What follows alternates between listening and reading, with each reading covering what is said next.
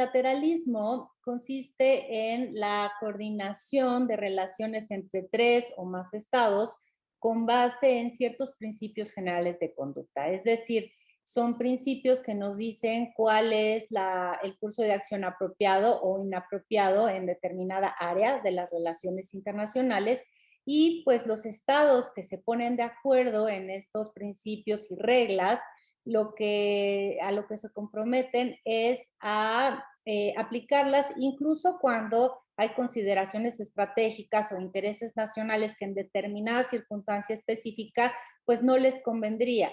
Y sin embargo, se espera de ellos que atiendan esta forma de conducta que se acordó previamente con un grupo de socios o de estados. Eso nos lleva, por ejemplo, a que el multilateralismo se pueda dar en distintos temas. Por ejemplo, el tema de la guerra y de la paz. Entonces, allí tendríamos la idea de cuándo es legal y legítima el uso de la fuerza en las relaciones internacionales, o también tenemos regímenes multilaterales en materia de comercio internacional, que nos habla de cuáles son las prácticas comerciales apropiadas y cuáles son las inapropiadas, o muy importante últimamente en materia de medio ambiente, un régimen multilateral que se ha ido creando para establecer, por ejemplo, cuáles son los compromisos de cada uno de los estados en términos de las emisiones de gases que afectan el medio ambiente, la capa general de ozono, etcétera. Entonces, tenemos distintas áreas temáticas y el multilateralismo se materializa, digamos, cobra vida, lo podemos ver en la práctica a través de la existencia de tratados internacionales, convenciones, es decir, documentos en donde formalmente se explicitan estas reglas y principios de conducta,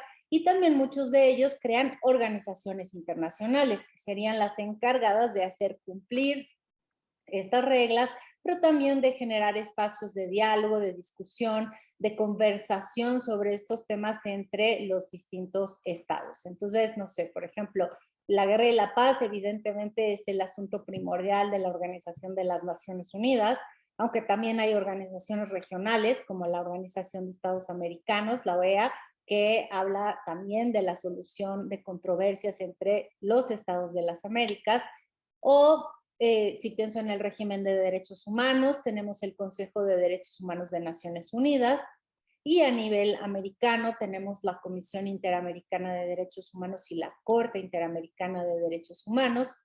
A nivel comercial tenemos la Organización Internacional de Comercio. Son todos ejemplos para decir que muchas veces las casas, digamos, de los tratados y de las normas son organizaciones que tienen sede, que tienen presupuesto, que tienen membresía y que permiten entonces que todo esto se aplique de una manera ordenada. Digamos que el multilateralismo es importantísimo en un mundo donde no existe un gobierno mundial, donde no hay una autoridad central. Y dado que no existe esa autoridad central, hay que encontrar una manera de evitar el caos, es decir, de establecer alguna regularidad en las interacciones entre países.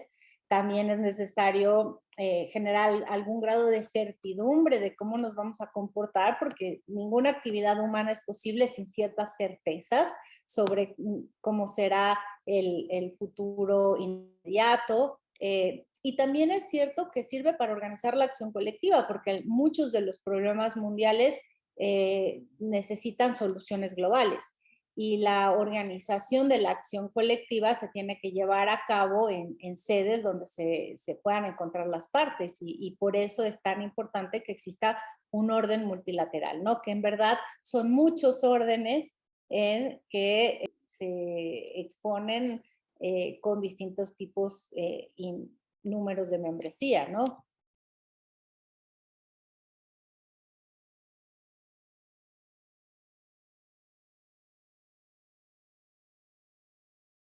La mayor parte de los órganos principales de Naciones Unidas algo tienen que ver con mantener la paz y la seguridad, pero el que tiene la principal responsabilidad de esto es desde luego el Consejo de Seguridad y también la Asamblea General.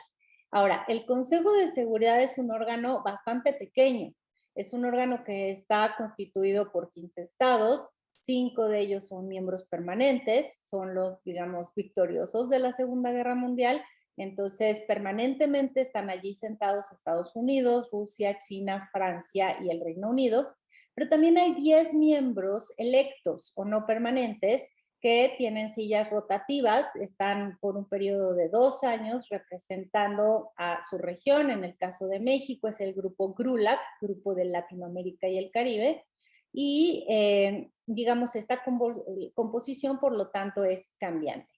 ¿Qué es lo que hace el Consejo de Seguridad? El Consejo de Seguridad en realidad es un órgano que se reúne de manera permanente y tiene la base de su acción en la Carta de las Naciones Unidas.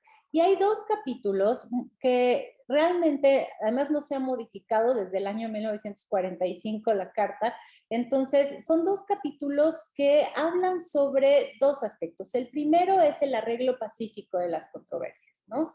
Es decir, cuando hay 2 partes en conflicto, generalmente estados, cuando se está poniendo en peligro el mantenimiento de la paz y de la seguridad internacionales, pues la Carta los mandata a buscarle una solución mediante la negociación, mediante, puede ser la mediación, mediante someter su controversia, por ejemplo, a un panel de arbitraje, algún arreglo judicial, y la misión del Consejo de Seguridad en este caso es o darse cuenta de que existe un potencial conflicto que puede explotar y por lo tanto interesarse por el tema y llamar a las partes, o puede ser que las propias partes involucradas se dirijan al Consejo de Seguridad.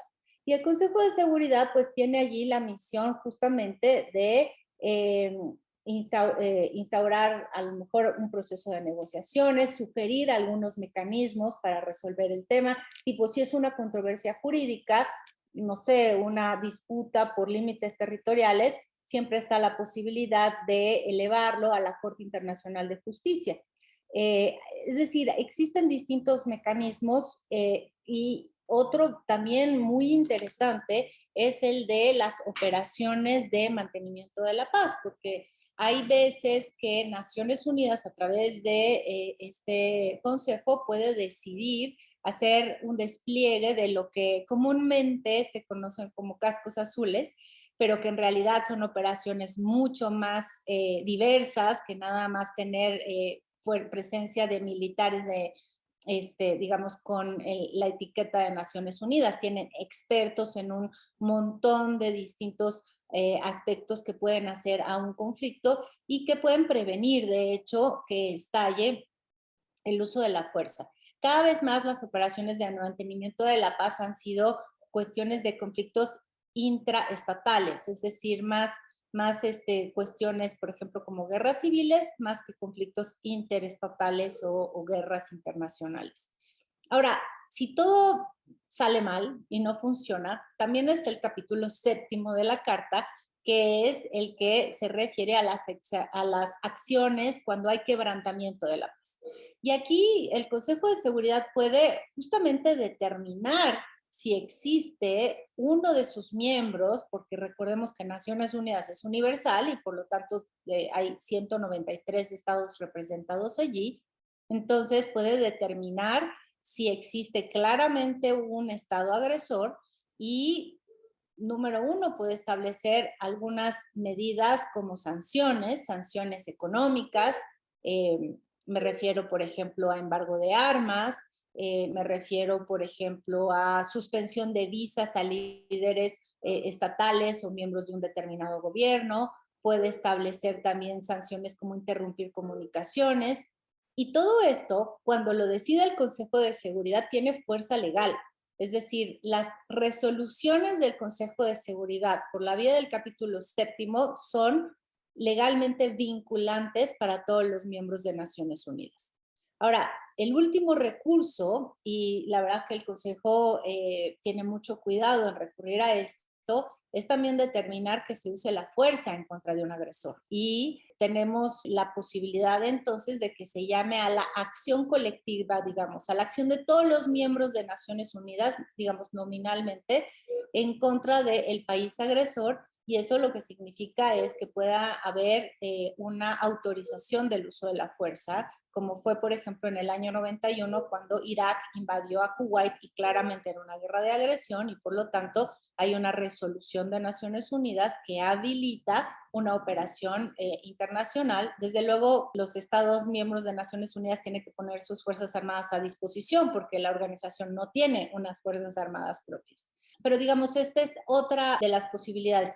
Y nuevamente, después de las guerras, instaurar la paz es difícil.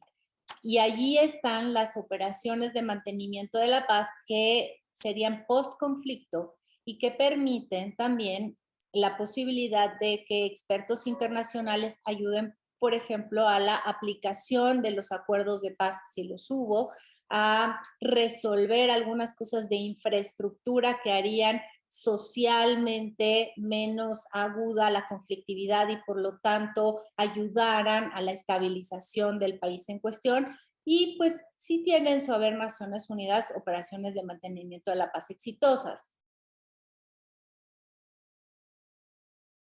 Yo pensaría que el principal logro de Naciones Unidas en este terreno de la guerra y la paz no es tanto la posibilidad de evitar que los conflictos surjan, porque siguen existiendo y lo vemos, sino el tema de cuando un conflicto está en curso, cómo se logra que las consecuencias humanitarias sean un poco menos onerosas y después cómo se puede estabilizar la situación y llegar a un mejor derrotero. El principal obstáculo de Naciones Unidas es que está conformada por estados y los estados tienen intereses nacionales y además juegan a partir de una correlación de fuerzas.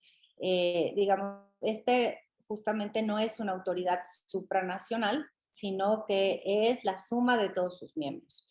Y los estados están dirigidos por seres humanos. Y los seres humanos, nos decía Thomas Hobbes, están impulsados por la constante búsqueda de poder, riqueza y prestigio. Y eso muchas veces a costa de los demás. Entonces, la Organización de Naciones Unidas ni ninguna puede cambiar estas pulsiones humanas y esta naturaleza, pero lo que sí puede hacer es, digamos, mitigar estas consecuencias, puede regular de alguna manera cuando existe un conflicto, las cuestiones que son apropiadas y inapropiadas, incluso dentro de la guerra, las convenciones de Ginebra precisamente hacen eso. Y también puede tratar de estimular, poner incentivos sobre el terreno para que más veces haya cooperación y menos haya conflicto. Pero el conflicto siempre va a seguir existiendo y el recurso al uso de la fuerza también va a estar allí.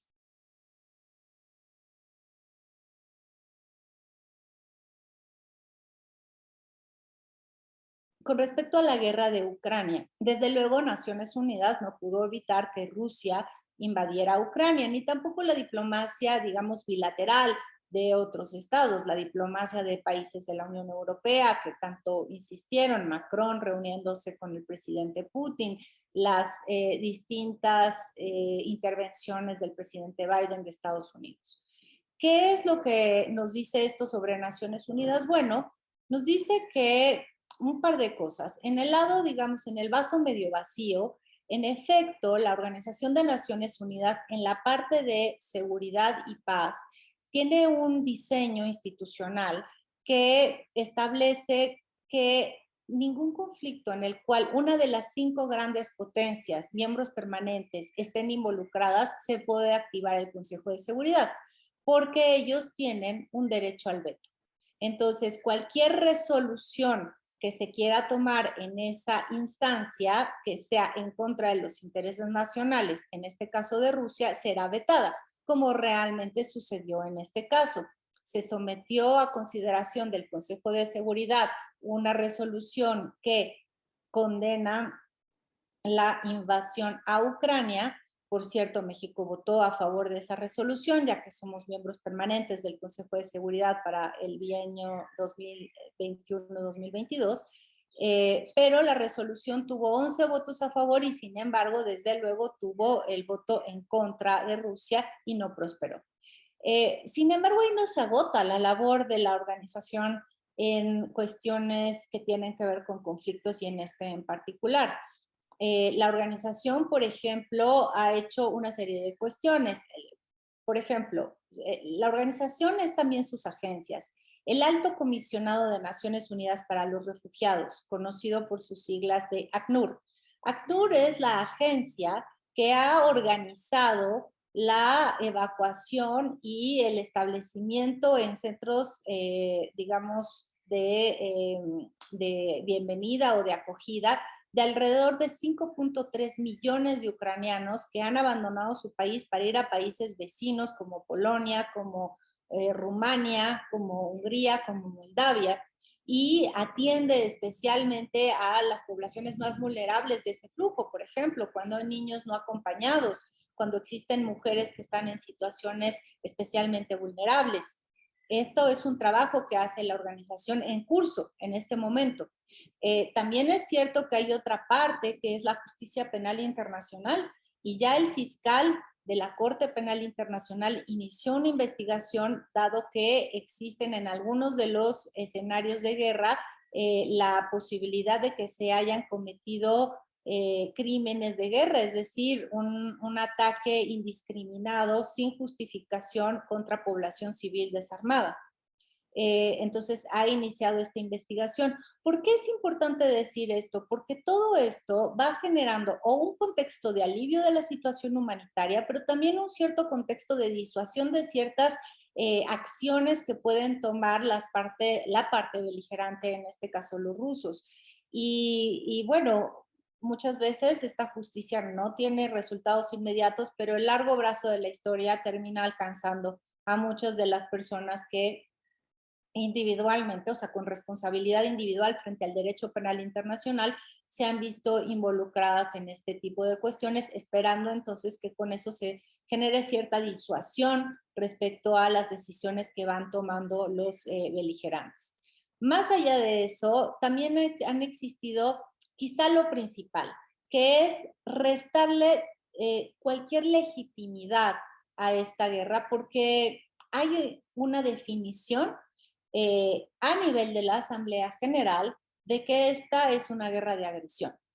Hay una definición porque esta Asamblea General adoptó por 141 votos a favor de 193 estados y solo 5 votos en contra una resolución que condena la invasión y pide el retiro inmediato de las tropas rusas de Ucrania. Y esto pone a Rusia en un territorio de paria. Esta es una sanción, por ahora es una sanción moral, pero aquellos que pensamos que en el mundo importa también el prestigio, importa también, digamos, caminar de un lado en el cual se puedan después tener apoyos, se puedan tener colaboraciones, sociedades, etcétera. Ser un paria tiene un costo. Y entonces, distintas instancias de Naciones Unidas han servido para elevar un poco el costo de Rusia al iniciar esta guerra que no tiene justificación desde ningún punto de vista, digamos, legal.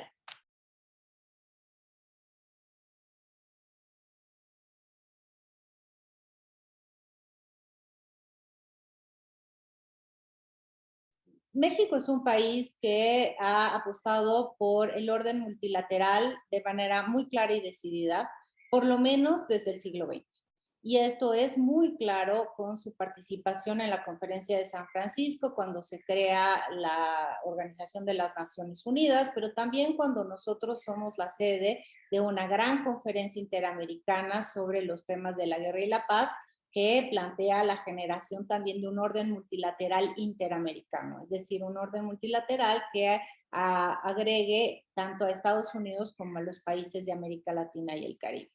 La razón de esto es una razón que podemos rastrear a una situación bastante evidente y material, que es que México es un país de menor poder relativo que tiene una frontera de 3.000 kilómetros con una gran superpotencia. Y los países con esta característica, desde luego, necesitan apostar porque existan reglas, porque existe el derecho internacional y porque haya algún nivel de certidumbre para que las potencias no puedan actuar a través del uso puro y desnudo del poder de manera absolutamente arbitraria y sin pagar el precio de hacerlo. De tal manera que para México la existencia de foros multilaterales que tienen estas normas es un reaseguro de existencia. En realidad tiene que ver con el interés nacional más crítico, que es el de la supervivencia, que es el de la integridad territorial, que es el de la posibilidad de tomar decisiones autónomas sobre el propio desarrollo nacional.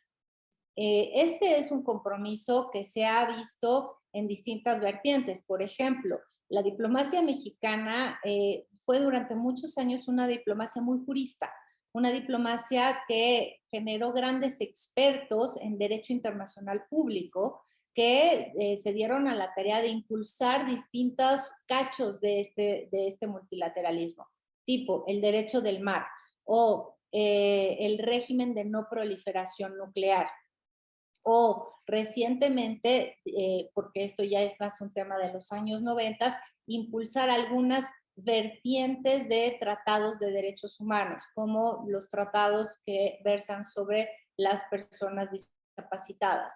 Tiene entonces la diplomacia mexicana una gran tradición, ¿no?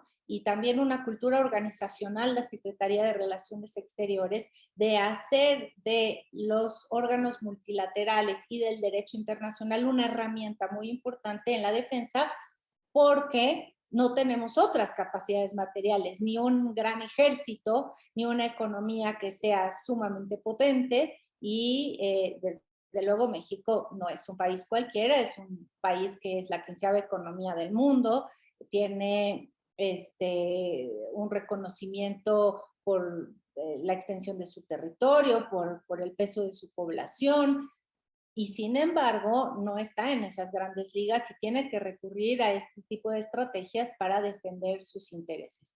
Ahora, dicho esto, en la guerra de Ucrania es muy evidente que la posición de México ha sido la de condena muy certera y muy contundente a la parte que tiene que ver con la guerra de agresión. Es decir, México no solo votó a favor de la resolución en el Consejo de Seguridad, sino que votó a favor de la resolución de condena en la Asamblea General de Naciones Unidas y votó a favor de la resolución de condena en la Organización de Estados Americanos y votó a favor de que hubiera acciones humanitarias. De hecho, organizó junto con Francia que se aprobara una resolución para organizar la respuesta humanitaria de la comunidad internacional ante Ucrania. Se ha criticado que México haya votado, digamos, en abstención en dos cuestiones que tienen que ver con, uno, la exclusión de Rusia del Consejo de Derechos Humanos de Naciones Unidas y la exclusión de Rusia como observador de la OEA. Y las razones de estos votos tienen que ver justamente con la primera parte de lo que acabo de narrar. El multilateralismo solo funciona si los países están dentro y no afuera. No hay nada que un régimen multilateral pueda hacer, sanción que imponer o diálogo que lanzar si hay un Estado que se le considera paria, por tanto no miembro de la comunidad y por tanto no miembro de la organización. Una vez que un Estado está fuera de la organización, es mucho menos lo que se puede hacer para incidir en sus posiciones. De tal forma que, aunque México ha condenado de manera muy contundente este tema, que además lo hace en absoluto línea con su interés nacional. No podemos permitir que un país grande invada a un país pequeño, porque nosotros somos un país pequeño al lado de un país grande. Entonces, es evidente dónde está nuestro interés nacional.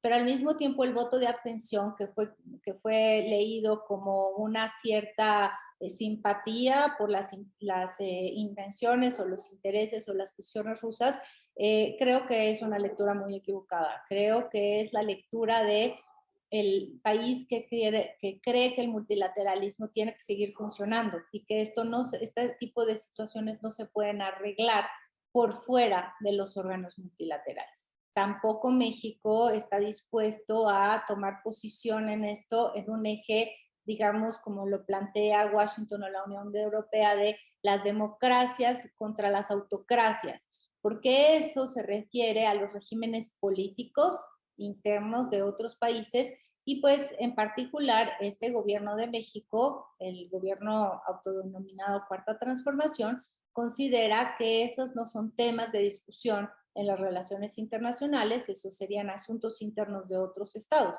Pero lo que le resulta claro es autocracia o democracia, nadie puede invadir a otro país.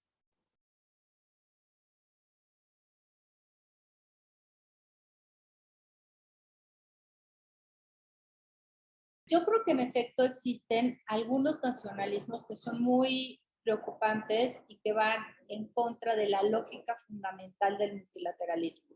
Estos son los nacionalismos etnocéntricos, los nacionalismos racistas y xenófobos, los nacionalismos que plantean que la comunidad somos unos y que esa comunidad solo gana si otros pierden y que plantean entonces nosotros ellos de una manera como un juego suma cero, ¿no? Este tipo de nacionalismos que en general se encuentran más hacia la derecha del espectro político, tienen políticas exteriores que son antimultilateralistas. Y aquí, para dar casos concretos, estoy hablando de una política exterior como la de Trump, o una política exterior como la de Orbán, o la de Bolsonaro en Brasil. Todos tienen en común la idea de que en realidad no se puede confiar en las instituciones multilaterales porque cada país tiene que rascarse con sus propias uñas, es decir, vigilar sus propios intereses y que ninguna organización multilateral realmente va a ser buena para defender su posición en el mundo. De tal manera que mientras que ellos piensan que la lógica es un poco la de la exclusión, la del interés nacional por encima de todas las cosas, America First es un gran ejemplo de esto, ¿no? Subsume esa frase la idea.